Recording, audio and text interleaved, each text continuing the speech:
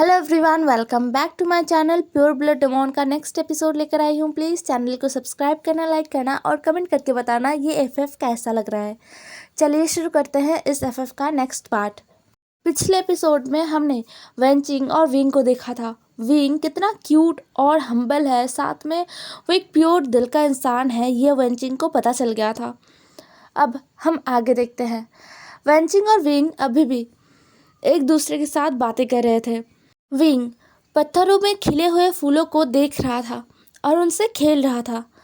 Wenching wing को खेलते हुए अपने मन में सोच रहा था, मैंने सोचा था राजकुमार लान वांगजी और मैं एक ही तरह के इंसान हैं, इसीलिए राजकुमार लान वांगजी भी मुझे उस तरीके से पसंद करेंगे जैसे मैं उनको करता हूँ। लेकिन अब जब मैं राजकुमार वी वुशान को देखता हूँ तो मुझे ये रियलाइज़ होता है कि राजकुमार लान वांगजी के लिए राजकुमार वी वुशान से बेटर कोई और हो ही नहीं सकता। ये कहते हुए वेंचिंग विंग की तरफ देख रहा था। फिर वेंचिंग कहती है, राजकुमार लान वांगजी भी मार्क्ड है। मैंने बहुत कम अल्फाओं को देखा है जो अपने ओमेगास को परमिशन देते हैं अपने आप को मार्क करने के लिए। ओमेगास को मार्क करना नॉर्मल बात है, लेकिन आसानी से कोई भी अल्फा अपने आप को मार्क होने नहीं देता है। इससे पता चलता है कि राजकुमार लान वांगजी आपको कितना पसंद करते हैं। विंग ने बस स्माइल किया, उसने कुछ कहा नहीं। उतने में ही यानली और निये हुएसांग आ गए थे। यानली और निये हुएसांग वेंचिंग को बो करते हैं। करने के बाद यानली कहती है, आशन चलो, मदर बुला रही है। विंग ने अपना सर नोट किया। फिर विंग वेंचिंग की तरफ देखता है। वेंचिंग कहती है, आप लोग जाइए, मैं फर्स्ट ग्रैनी से मिलना चाहता हूँ, फिर मैं आप लोगों से मिलूँगा। ये कहते हुए वेंचिंग वहाँ से अकेली ही दूसरी तरफ चली गई थी जहाँ पर ग्रैनी और वेंस का कैंप बना हुआ था। वहाँ से निये हुएसांग और यानली विंग को लेकर कैंप में मिडिल में आ गए थे जहाँ पर महारानी यू विंग का इंतज़ार कर रही थी। आते वक्त निये हुएसांग ने पूछा, ब्रदर वी, आप ठीक तो हो ना? आप दोनों क्या बातें कर रहे थे इतनी देर तक?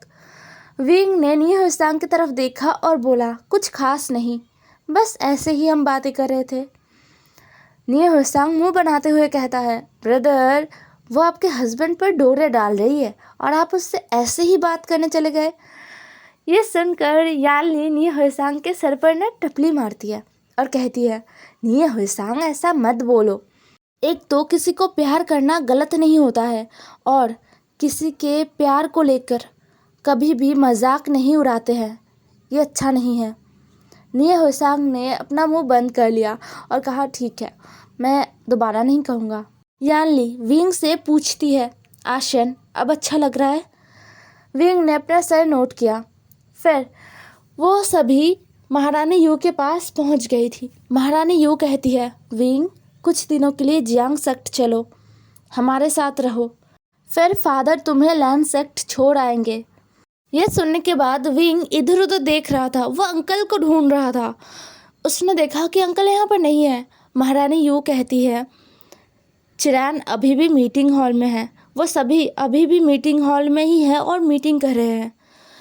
हमें बोला गया है कि तैयार रहे, मीटिंग ख़त्म होते ही हम यहाँ से निकल जाएंगे।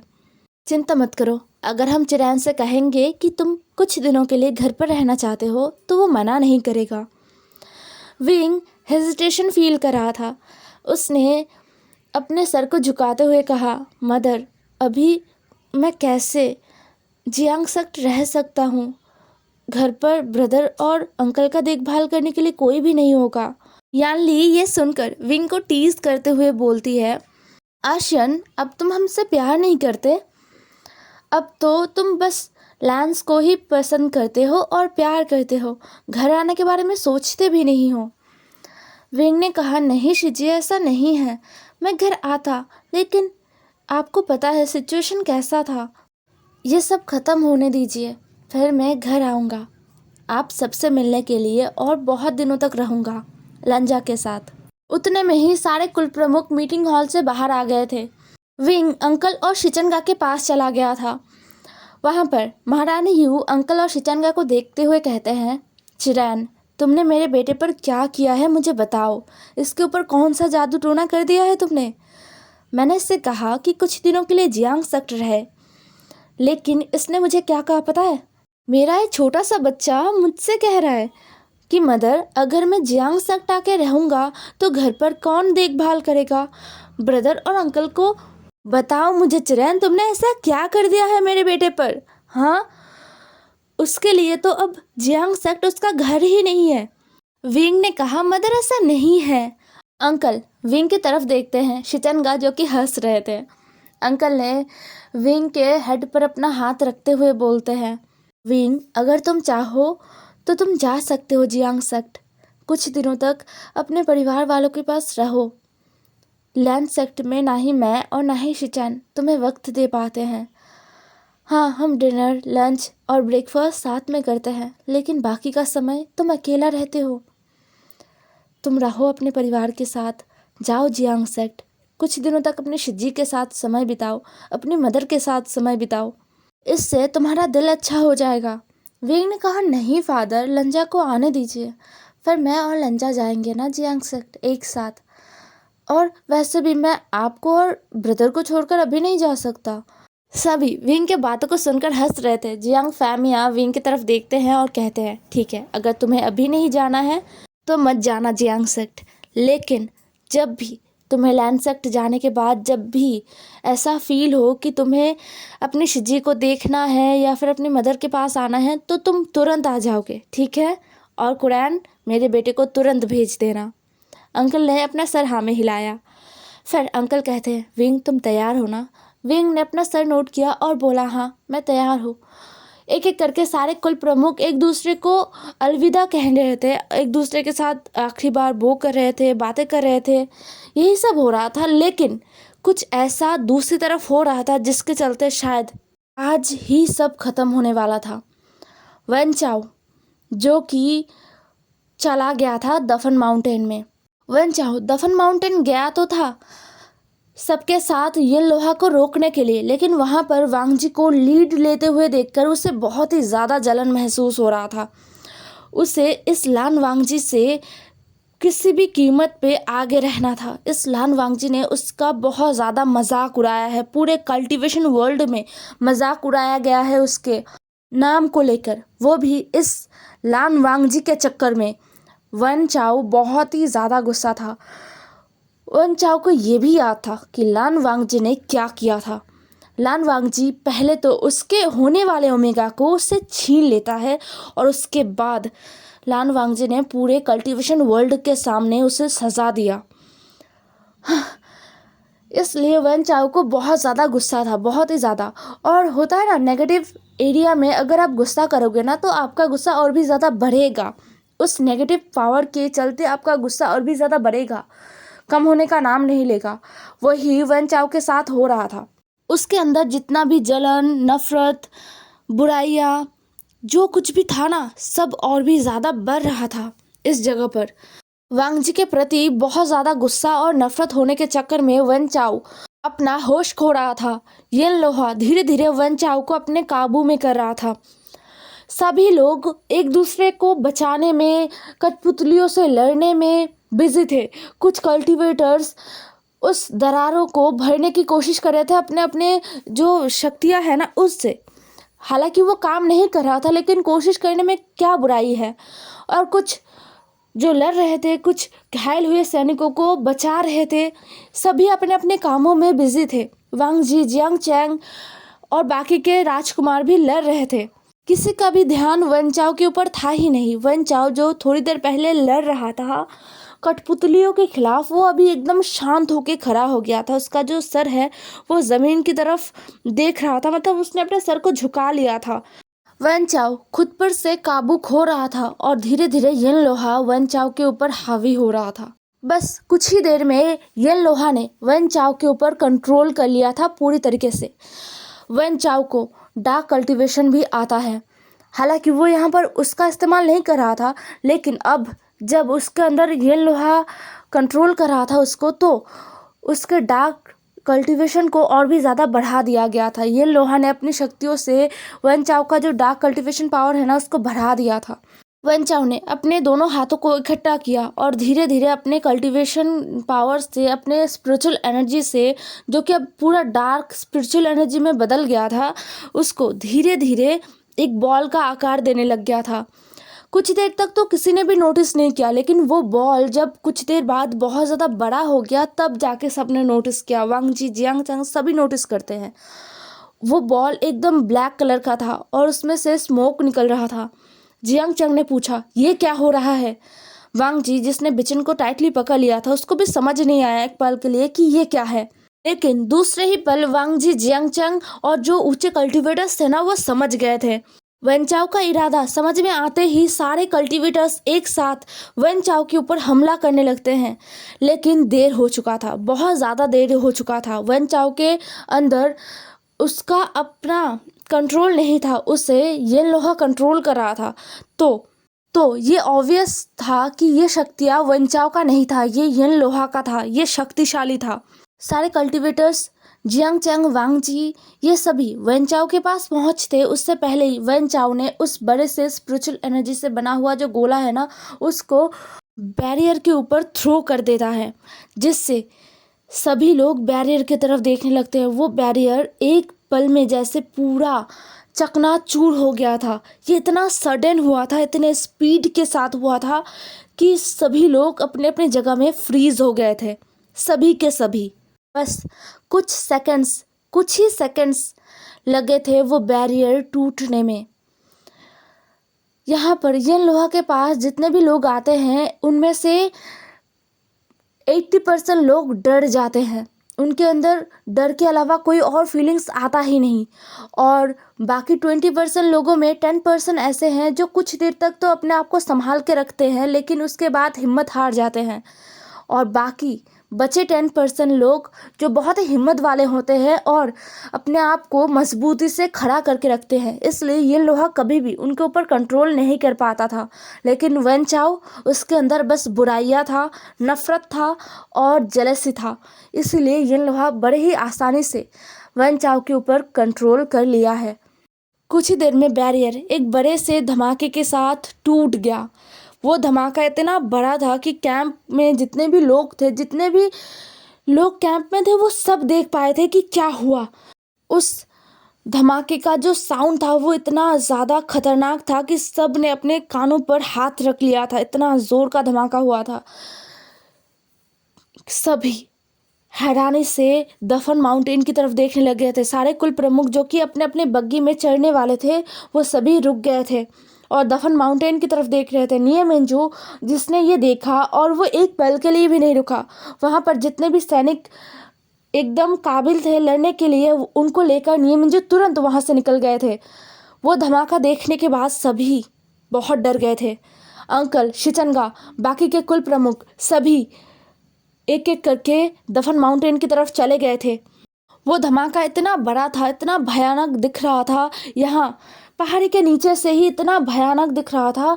तो सभी जो महारानियां हैं ना, वो बहुत ज़्यादा घबरा गई थी, वो रोने लग गई थी क्योंकि वहाँ पर उनके बच्चे थे।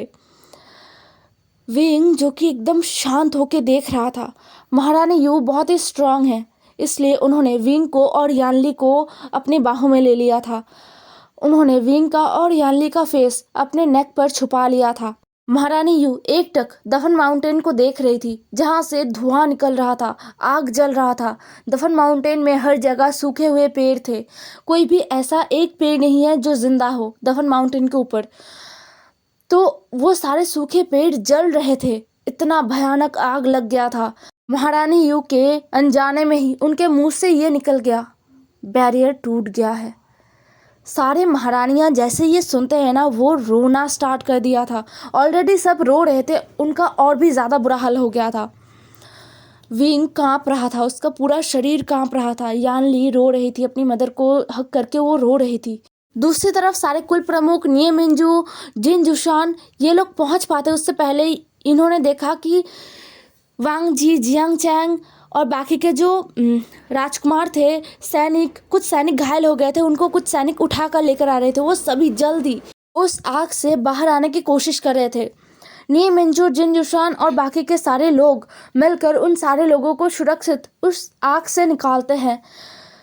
लेकिन माहौल सही नहीं था। वांग जी ने कहा, ये लोहा आज़ाद हो चुका है, अब यहाँ पर कोई काम नहीं। नीचे नीचे बहुत सारे ओमेगास है, उनके पास चलिए। सारे लोग फिर से दफन माउंटेन के नीचे आ गए थे। लेकिन दफन माउंटेन के नीचे आते ही जो नज़ारा सबने देखा, सब अपनी अपनी जगह पर रुक गए थे। धीरे धीरे आसमान काले बादलों से ढक रहा था। सूरज अब धीरे धीरे ढकने लग गया था। पूरा कल्टीवेशन वर्ल्ड जैसे अंधेरे में जा रहा था। अभी दोपहर का वक्त हो रहा था, लेकिन लग रहा था कि शाम हो गया है, ऐसा महसूस हो रहा था। आसमान को देखकर हवाओं में स्मोक फैल रहा था। ये महसूस जैसे ही सबने किया ना, सब जल्द से जल्द कैंप में पहुंचते हैं। कैंप में जाने के बाद सभी हैरान हो गए थे। वेंचिंग बाकी के जो वेंस है वो सबका देखभाल तो कर रहे थे, लेकिन उनका भी हालत सही नहीं था। वेंचिंग एक कल्टीवेटर थी, लेकिन उसका हालत सही नहीं था। वो सांस नहीं ले पा रही थी। यही हाल हर किसी का था। महारानी यू, जिन्होंने विंग को और यानली को अपने सीने से लगाई हुई थी, वो भी सही से सांस नहीं ले पा रही थी। वो एक ऊंची कल्टीवेटर है, बट फिर भी उन्हें तकलीफ हो रहा था। हैरानी की बात है कि विंग को अभी तक महसूस ही नहीं हुआ कि ऐसा कुछ हुआ है। हाँ, विंग को अपनी मदर के बातों से इतना तो पता चल गया है कि ये लोहा आज़ाद हो गया है, और विंग को नेगेटिव एनर्जी महसूस हो रहा था, लेकिन उसे बिल्कुल भी ब्रीथ लेने में प्रॉब्लम नहीं हो रहा था। सारे कल्टीवेटर्स, सारे राजकुमार, कुल प्रमुख अपने अपने परिवार वालों के पास आ गए थे। नियमंजू सारे जो सैनिक हैं ना, उनको देखभाल कर रहे थे। नियमंजू अपने ब्रदर के पास भी आए थे, निये होसांग के पास। सभी का हालत सेम था। मतलब जो छोटे कल्टीवेटर्स थे उनका हालत कुछ ज़्यादा ही ख़राब हो रहा था, क्योंकि वो बिल्कुल भी ब्रीथ नहीं ले पा रहे थे। जो हाई कल्टीवेटर थे, महारानी यू, सारे कुल प्रमुख, वांग जी, लैन शिचैन, जियांग चैंग, जिन जिशुआन, इनको ज़्यादा परेशानी नहीं हो रहा था। लेकिन हाँ, वो भी समझ रहे थे कि ब्रीथ बिल्कुल भी नहीं लिया जा रहा है यहाँ पर। वो अपने कल्टीवेशन पावर से अभी भी सही सलामत खड़े थे, लेकिन बाकी के लोग वो बैठ रहे थे, बेहोश हो रहे थे कुछ लोग। वांग जी विंग के पास आ गया था। वांग जी ने विंग को महारानी यू से अलग किया और विंग के फेस को पकड़ा और बोला, सांस लेने की कोशिश करो। तुम ठीक तो हो ना? तुम्हारा तबीयत खराब तो नहीं लग रहा? यान ली, जो कि बेहोश हो गई थी। जिन जिशुआन आके यानली को पकड़ लेती है, और जियांग फैमिया महारानी यू को सपोर्ट कर रहे थे। महारानी यू एक फीमेल है, और ऊपर से वो एक ओमेगा है। वो जितने भी हाई कल्टीवेटर क्यों ना हो, फिर भी उनका बॉडी अल्फा से कमज़ोर है, इसलिए उन्हें भी तकलीफ हो रहा था। अंकल और शिचनगा भी विंग के पास आ गए थे। विंग अंकल शिचनगा को और वांगजी को देखकर कहता है, मैं ठीक हूँ, मुझे कुछ नहीं हो रहा है। विंग आसपास देखता है और कहता है, इन्हें क्या हो रहा है? मदर, आपको क्या हो रहा है? महारानी यू भी हैरान थी विंग को देखकर। सभी विंग के बातों को सुनकर हैरान हो गए थे। अंकल पूछते हैं, विंग, तुम सांस ले पा रहे हो? विंग ने कहा, हाँ, मैं सांस ले पा रहा हूँ। ये सभी को समझ में भी आ रहा था। सब ये समझ भी पा रहे थे कि विंग झूठ नहीं बोल रहा, क्योंकि सभी का हालत खस्ता हुए पड़ा था। सारे लोग बेहोश हो रहे थे, कल्टीवेटर्स भी बेहोश हो रहे थे, लेकिन विंग एकदम सही सलामत था। उसको देखकर लग ही नहीं रहा था कि उसे कुछ हुआ है, और वो खुद कह रहा है कि उसे कुछ नहीं हो रहा, उसे सांस लेने में प्रॉब्लम नहीं हो रहा है। ये जानकर सभी हैरान हो गए थे। सभी विंग को हैरानी से देख रहे थे। वांग जी ने विंग को गले से लगाया और बोला, अच्छा है, यहाँ से निकलना होगा। जियांग फैमिया कहते हैं, नहीं, यहाँ से कोई हिलना भी मत। यहाँ से निकल के हम जिंदा नहीं बचेंगे। जानवरों तक को हम बचा नहीं पाएंगे, वो ज़्यादा देर तक चल नहीं पाएंगे, और हम अपने शरीर को ज़्यादा मूव नहीं कर पाएंगे। यहाँ से भागने का कोशिश अगर हमने किया तो हम तुरंत मारे जाएंगे। जियांग फैमिया की बातों को सुनकर अंकल कुरैन ने अपना सर हाँ में हिलाया और बोला, एकदम सही, यहाँ से जाना बेवकूफ़ी है। हमें यहीं पर रह के कुछ सोचना होगा, कुछ तो सोचना होगा। विंग वांग जी को, बाकी सभी को देख रहा था। वांग जी को भी पेन हो रहा था, ये विंग फील कर पा रहा था। हालांकि वांग जी विंग को ये दिखा नहीं रहा था कि उसे दर्द हो रहा है, वो सांस नहीं ले पा रहा था, उससे चोट भी आया था वांग जी को। उस धमाके में जो जो लोग थे सभी को चोट आया था। जियांग चंग को भी चोट आया था, तो उनको तो डबल तकलीफ हो रहा था। बट सभी शायद यहाँ पर डट कर खड़े थे, अपने परिवार वालों को आखिरी बार के लिए देख रहे थे, और अपने परिवार वालों को वो अपने लिए और परेशान नहीं करना चाहते थे, इसलिए अपने पेन को वो नहीं बता रहे थे। ना ही जियांग चंग, ना ही वांग जी, ना ही जिन जिशुन, और ना ही कोई और राजकुमार और सैनिक, कोई भी अपने दर्द को नहीं जाहिर कर रहा था यहाँ पर। विंग के आंखों में आंसू आ गए थे। सभी लोग इसी सोच में पड़े थे कि अब क्या करें, ज़्यादा देर तक वो यहाँ पर ऐसे रह भी नहीं सकते। कम से कम और 1 से 2 घंटा, उसके बाद उनका मौत तय है। और ये चीज़ पूरे कल्टीवेशन वर्ल्ड के साथ होगा। पूरा कल्टीवेशन वर्ल्ड आज ही ख़त्म हो जाएगा। आज अभी सब ख़त्म हो जाएगा। जिन गुआंगशान जो अपने आप से बहुत ज़्यादा प्यार करते थे, वो अब बर्दाश्त नहीं कर पाए। वो रोने लग गए थे। वो एक कुल प्रमुख थे, बट वो अभी रो रहे थे और कह रहे थे, हम नहीं बचने वाले, कोई रास्ता नहीं है, अब कोई भी हमें बचा नहीं सकता। वो कहाँ पर है? अगर भविष्यवाणी किया गया है तो वो कहाँ पर है जिसके बारे में भविष्यवाणी किया गया था? सब झूठ है, कोई हमें बचाने वाला नहीं है। ये तो बस एक छलावा था हमें बहलाने के लिए। तभी सारे लोग जो अब तक सुन रहे थे क्लैन लीडर जिन की बातों को, उन सारे लोगों का नज़र एकदम दफन माउंटेन के ऊपर गया, क्योंकि वहाँ पर कुछ अजीब था। सब जब गौर से देखते हैं वो हैरान हो जाते हैं। वहाँ पर वन चाओ था। उसके पूरे शरीर से ब्लैक स्मोक निकल रहा था। उसके आँखों में कुछ अजीब था। मतलब वो वन चाओ नहीं था, वो बस वन चाओ का बॉडी था। वन चाओ को पूरी तरीके से येन लोहा अपने काबू में कर चुका था। वन चाओ हवा में उड़ रहा था। स्मोक जैसे वन चाओ को ऊपर उठा कर रखे हैं। वन चाओ अब धीरे धीरे से पहाड़ी से नीचे आ रहा था। सभी अपने अपने तलवारों को निकाल तो रहे थे, लेकिन उन सभी को पता था, वांग जी और बाकी सभी को पता था कि उनके पास इतना शक्ति नहीं है कि वो लड़ पाए। वांग जी ने विंग को अपने पीछे छुपा लिया था। अंकल और शिचनगा भी विंग को दोनों तरफ से गार्ड करके खड़े थे। वन चाओ के शरीर में येन लोहा था, तो अभी ये येन लोहा है। येन लोहा एकदम कैंप के ऊपर आके खड़ा हो गया था। वो हवा में था अभी भी।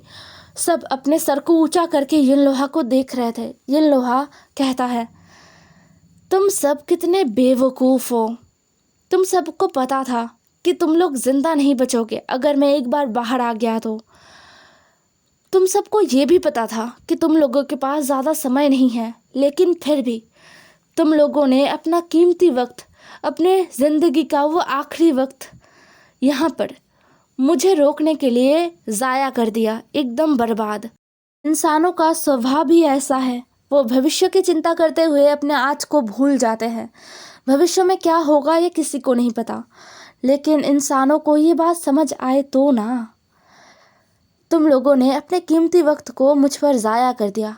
इससे तो अच्छा था कि तुम लोग अपने कीमती वक्त को मुझ पर ज़ाया ना करके अपने परिवार वालों के साथ, अपने अपनों के साथ आखिरी वक्त को एंजॉय करते, आखिरी वक्त को जी भर के जी लेते, प्यार से जी लेते। लेकिन तुम इंसान कभी नहीं सुधरोगे। ये बोलते हुए येन लोहा हंस रहा था, ज़ोर ज़ोर से हंस रहा था। येन लोहा कैंप के एकदम बीचों बीच हवा में था, तो वो अब सारे कल्टीवेटर्स के स्पिरिचुअल एनर्जी को सक करने लग गया था। सबके अंदर से उनका जो स्पिरिचुअल एनर्जी है, वांग जी के अंदर से, अंकल के अंदर से, शिचिनगा के अंदर से, जियांग चैंग, जिन जुशान, बाकी के जितने भी कुल प्रमुख थे, जितने भी कल्टीवेटर्स थे, उनके अंदर से उनके स्पिरिचुअल एनर्जी को खींचकर बाहर निकाला जा रहा था। ये पेनफुल था, बहुत ज़्यादा पेनफुल था।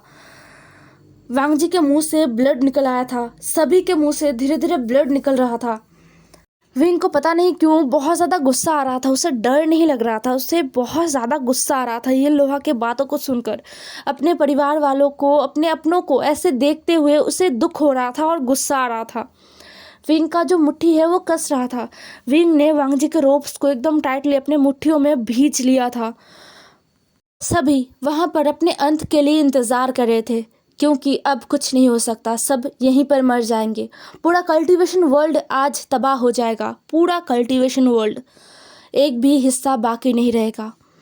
सब अपने आप को तैयार कर रहे थे। तभी कुछ ऐसा हुआ जो अनएक्सपेक्टेड था। एक तेज़ रोशनी जो सबके आंखों में चुभने वाला था, ब्लू और रेड कलर का, सीधा आके येन लोहा के ऊपर हमला कर देता है। वो भी इतने स्पीड से कि वो ब्लू रोशनी येन लोहा को एकदम दफन माउंटेन के ऊपर लेके पटक दिया था। वहाँ पर एक और ब्लास्ट हुआ था इसकी वजह से। जो सबने देखा वहाँ पर तुरंत पूरे कैंप के ऊपर तुरंत एक बैरियर क्रिएट हो गया था जो रेड कलर का था। सभी हैरान होकर देख रहे थे। अब धीरे धीरे सभी सांस ले पा रहे थे। उनके अंदर से जो स्पिरिचुअल एनर्जी गया था ना, उसकी वजह से सभी कमज़ोर तो हो गए थे, लेकिन अब उन्हें इस बैरियर के अंदर बहुत ही अच्छा महसूस हो रहा था, जैसे कि उनका स्पिरिचुअल एनर्जी फिर से बढ़ रहा है। लेकिन सभी हैरान हो गए थे, ये क्या है। सभी ने एक साथ कहा, सारे कुल प्रमुखों ने एक साथ कहा, क्या भविष्यवाणी सच हो गया? क्या वो इंसान आ गया जो हमें बचाने वाला था? हे एवरीवन, आज का एपिसोड यहीं पर ख़त्म होता है। नेक्स्ट एपिसोड में मिलते हैं। ज़रूर बताना कैसा लगा आज का पार्ट, और आपको क्या लगता है, क्या वही इंसान आया है जो बचाने वाला था सारे कुल प्रमुखों को? ज़रूर बताना। बाय बाय, कल मिलते हैं।